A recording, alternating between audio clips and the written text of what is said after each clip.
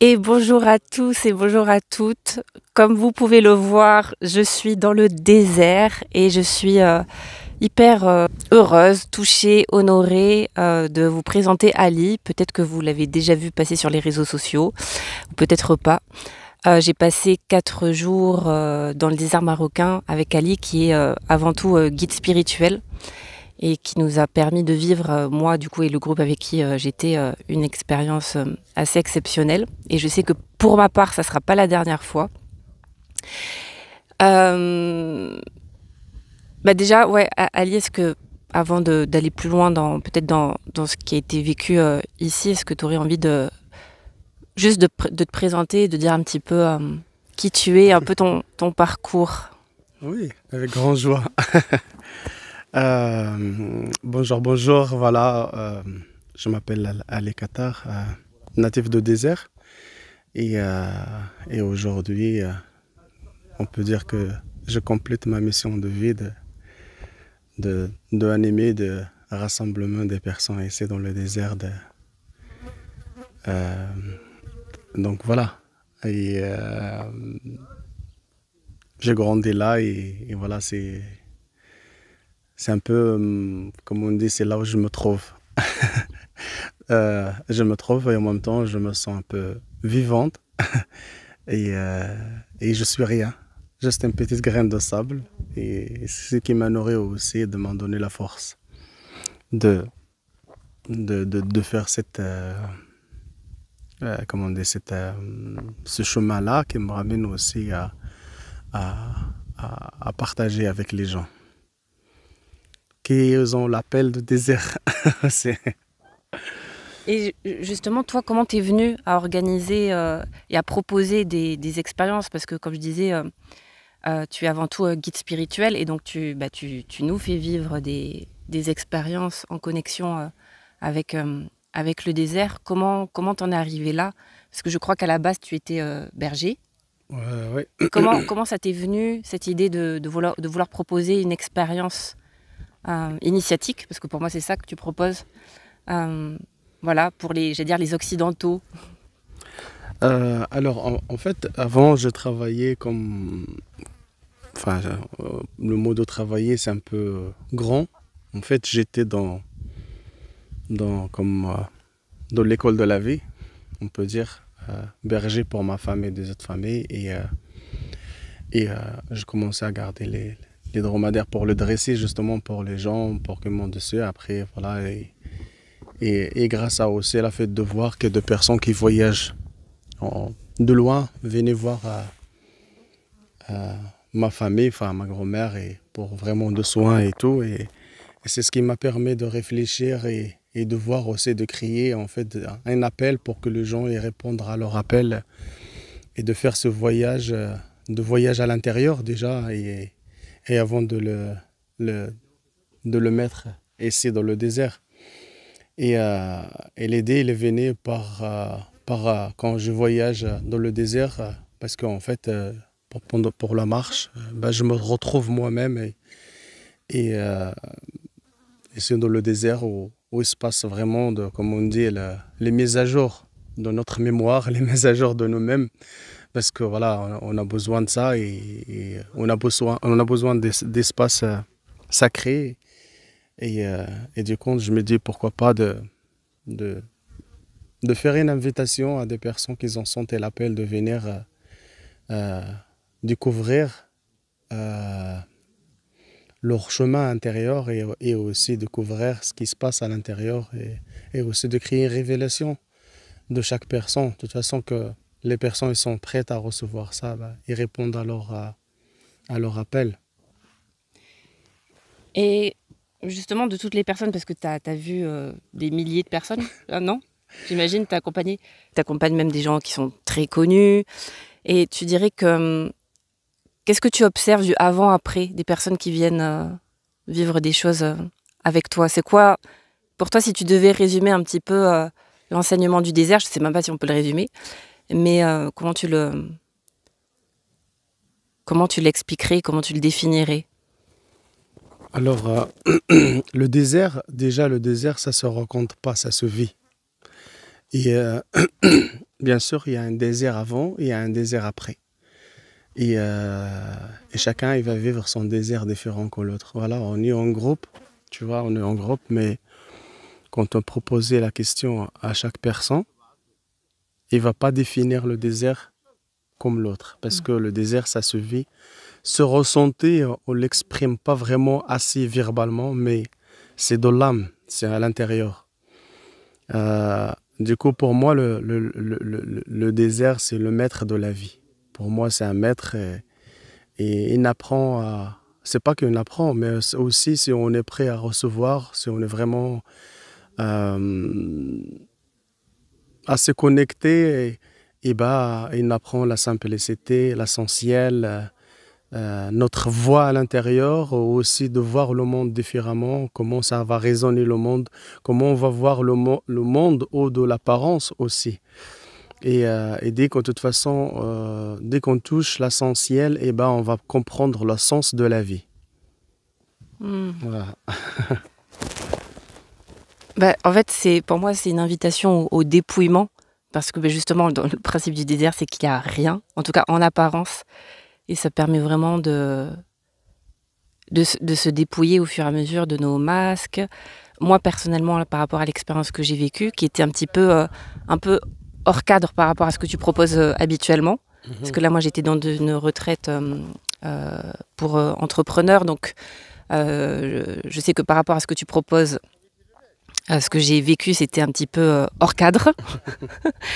Et en tout cas, pour ma part, moi, ce que j'en retire, c'est que je suis venue avec des attentes, des projections de ce que j'avais envie de vivre dans le désert, de ce que j'allais y vivre. Je m'étais fait tout un film, plein de projections de comment j'allais me reconnecter à moi. Et en fait, le désert, là, mon expérience de cette retraite-là, finalement, c'était, comment dire, ce que j'ai vécu, c'est à l'image du désert, c'est-à-dire que tout est changement en permanence. C'est-à-dire que en fait, la dune, c'est jamais la même, parce qu'il y a du vent. D'ailleurs, on a eu quasiment tempête de sable tous les jours. C'est la période.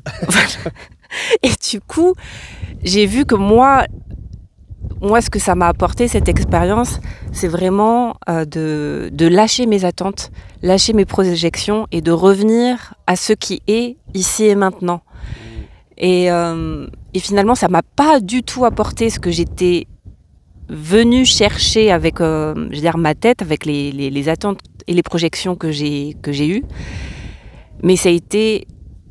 Pour ma part, à un moment dans le groupe, j'ai été pas mal confrontée parce que... Parce que voilà, le désert est aussi, il t'apprend à lâcher prise. À lâcher prise, c'est ce qui est l'avantage dans le désert. En fait, si on dépose le mental, et on lâche le prise et vraiment, on est nous-mêmes, tu vois. On n'a pas de masque ni rien, on est juste face à soi, pas des couches, il n'y a rien. Wallo. Wallo, comme on dit chez nous. Et c'est là où vraiment on suit ce que le désert il a envie de transmettre, parce que voilà, on vient avec un programme, le désert il va se dire ouais, non, il y a autre chose à vivre. Donc, voilà. C'est exactement ça, parce que moi je suis vraiment venue avec mon petit programme dans la tête en disant ouais, je pense que je vais vivre ça. Parce que vous êtes les excédentaux, enfin pas que les excédentaux, même chez nous aussi, les gens de Le Grand-Vel, en fait, ils sont habitués d'un système, c'est comme dit cadre, il y a ça, il y a ça, il y a ça, il y a ça. Mais est-ce qu'on a besoin vraiment de ce cadre? C'est comme tu vas prisonnier quelqu'un et tu le mets, tu le dis, voilà, c'est un peu ça. Mais dedans, il n'y a pas la liberté. Quand on parle de la liberté, bien sûr, on sommes libres, mais on parle de la liberté de l'âme, tu vois. Donc même si on décide à ça, mais attends, le désert, il te dit, viens, je t'ai enseigné autre chose. Et donc, c'est quand tu apprends à lâcher prise, c'est comme, voilà, il n'y a pas de montre, il n'y a rien, il y a juste à toi, face à toi, et le désert, il va te dire, viens, ce que je vais t'en transmettre. Moi, c'était vraiment ça, le lâcher prise. Et moi, finalement, j'ai encore du mal parce que je suis un peu dedans là, par rapport à l'expérience. Mais finalement, presque moi, mon expérience, c'est pas le désert en lui-même qui m'a enseigné, c'était mon expérience avec le groupe dans le désert, puisqu'il y avait des personnalités très fortes, très différentes aussi. Et moi, en fait, à la fois, ça m'a permis... J'ai eu vraiment le miroir exact opposé de qui je suis. C'est-à-dire que moi, je suis quand même pas mal dans le contrôle, dans le cadre. J'aime quand les choses elles sont bien carrées. Et en fait, le désert et l'expérience que j'ai vécue ici, et avec ce groupe-là en particulier, le cadre, il a complètement explosé. Il y a un moment, il n'y avait même plus de cadre, au point que je l'ai partagé à un moment dans le groupe. C'est que je ne me suis pas sentie en sécurité. En plus, je suis entourée d'hommes. Je suis quasiment... On est 2 femmes dans tout le groupe. Et du coup, moi, ça m'a vraiment renvoyé à cette notion de masculin et de comment je peux trouver aussi cette sécurité à l'intérieur de moi sans attendre ce soutien d'un masculin extérieur, même si j'étais entourée que d'hommes. Et puis ça m'a montré aussi justement cette liberté aussi du non-cadre. Enfin, en fait, pour moi, c'est comme les dunes, c'est-à-dire qui dansent avec le vent. Et pour moi, vraiment ce que j'apprends le plus de cette expérience, c'est comment je peux danser, c'est ce que j'enseigne, danser avec ce qui est et avec un cadre toujours mouvant, comme les dunes. Ouais. Et là, ça a été très très mouvant. Mais c'était très très beau parce qu'il y a aussi beaucoup de sincérité et donc il y a eu aussi beaucoup de choses qui ont été déposées. Et pour moi, c'est de la bienveillance aussi, parce que voilà, c'est comme on est un peu décalé par rapport à les autres. C'est pas que décalé, c'est qu'on cherche aussi de la place on cherche notre place. Et alors, il faut pas chercher parce que là, c'est juste. Tu es là où tu vas être et tu es juste. Et du coup, quand il n'y a pas de cadre, ça veut dire tu es juste. Après, il faut savoir aussi, peut-être, c'est la peur aussi qui vient te chercher un peu loin, d'être où il est ma place par rapport à ça. Donc voilà. Mais à la fin, tu as trouvé ta place. À la fin, j'ai trouvé... Tout est posé, et tout est posé de la bien-intention dans les cercles. Et voilà, de toute façon, c'est que des belles âmes, que des belles personnes bienveillantes. Et c'est normal parce que voilà, chacun il vient avec différentes énergies pour aussi chacun son processus, ce qu'il traverse à l'intérieur. Tu vois, c'est ce qui nous permet aussi d'avoir touché les guérisons. Et comme tu dis, voilà, on trouve le miroir chez l'un à l'autre. Et des fois, il y a des miroirs qu'on n'ose pas aller chercher voir parce que ça réveille des blessures, ça réveille des choses qui étaient cachées ou on n'a pas envie de voir. Ouais. Exactement. En tout cas, pour moi, le désert a été très, très enfin voilà, comme d'habitude, comme tout ce que je vis, mais très j'ai pas le mot, mais j'ai l'air surprise, mais dans le sens où ça m'a l'enseignement que j'y ai trouvé n'est pas du tout à l'endroit où je pensais. Et moi, ça a été dans l'interaction. Et avec ce groupe-là, mais en même temps, ce groupe-là, il a juste été parfait. Et je suis très, très contente d'avoir vécu cette expérience. Il n'y a rien qui arrive par hasard, de toute façon. Mais c'est clair, et j'en suis convaincue. Ouais. Et donc, même si voilà, ça a été challengeant, il y a eu... je suis très, très contente de... Tout a été beau, en fait. Je ne changerai même pas une seule virgule, au final. Mais c'est pour ça, en même temps, je sais que je reviendrai faire une expérience avec toi, telle que tu la proposes. Je vais dire, à ta manière, du 100% Ali, quoi. C'est pas le 100% Ali, c'est le 100% ce qui est juste. Et aussi de le faire à l'essentiel, vraiment, et à la simplicité, on peut dire. Et parce que justement, tu as envie de parler un peu plus en détail, tu fais aussi notamment de la communication animale avec les dromadaires. Tu fais aussi des soins Healing Sound. Donc pour ma part, j'ai vécu une expérience assez forte avec toi, notamment avec le Healing Sound, donc les sons de guérison que tu nous as proposés, avec les gongs, les bols et surtout le tambour. Moi, j'ai toujours pas compris ce qui s'est passé, mais en tout cas, je suis très très réceptive à la vibration du son. Pour ceux qui me suivent, donc vous savez Enfin, vous savez pourquoi, puisque je suis danse thérapeute. Et je suis allée très très loin dans l'expérience. En tout cas, je sais qu'il y a vraiment quelque chose, moi, qui s'est éveillé ici avec toi, déjà par ton énergie et par ce qui est passé à travers toi. Et je sais que là, ce que j'ai vu, c'est juste une toute petite partie de ce que tu peux proposer. Est-ce que tu as envie justement de partager un peu plus les différentes expériences que tu peux proposer? Alors, par rapport à la communication animale, en fait, c'est par cet amour que je porte pour cet animal ou plusieurs. Euh, Parce que c'est quelque chose avec que je grandis et à force, comme on dit, à force d'être avec l'âme de, l'âme de la personne ou l'âme de l'animal, parce que voilà, c'est juste nous qu'on donne le mot de l'animal, mais c'est une âme vivante comme nous aussi. Et à force d'être avec, et bah, tu vas approcher encore plus, de donner de la confiance, et bah, tu peux arriver à communiquer avec. Et quand tu communiques avec, bah, ils vont nous transmettre beaucoup de choses. Et aussi, euh, on voit une partie de l'animal qu'on a à l'intérieur, tu vois. Et aussi dans notre miroir chez eux aussi. Donc, il y a, à- il y a à vivre, on peut dire. Il y a une connexion très puissante. Il y a aussi des choses qui se passent entre toi et l'animal. C'est quelque chose vraiment mais très fort.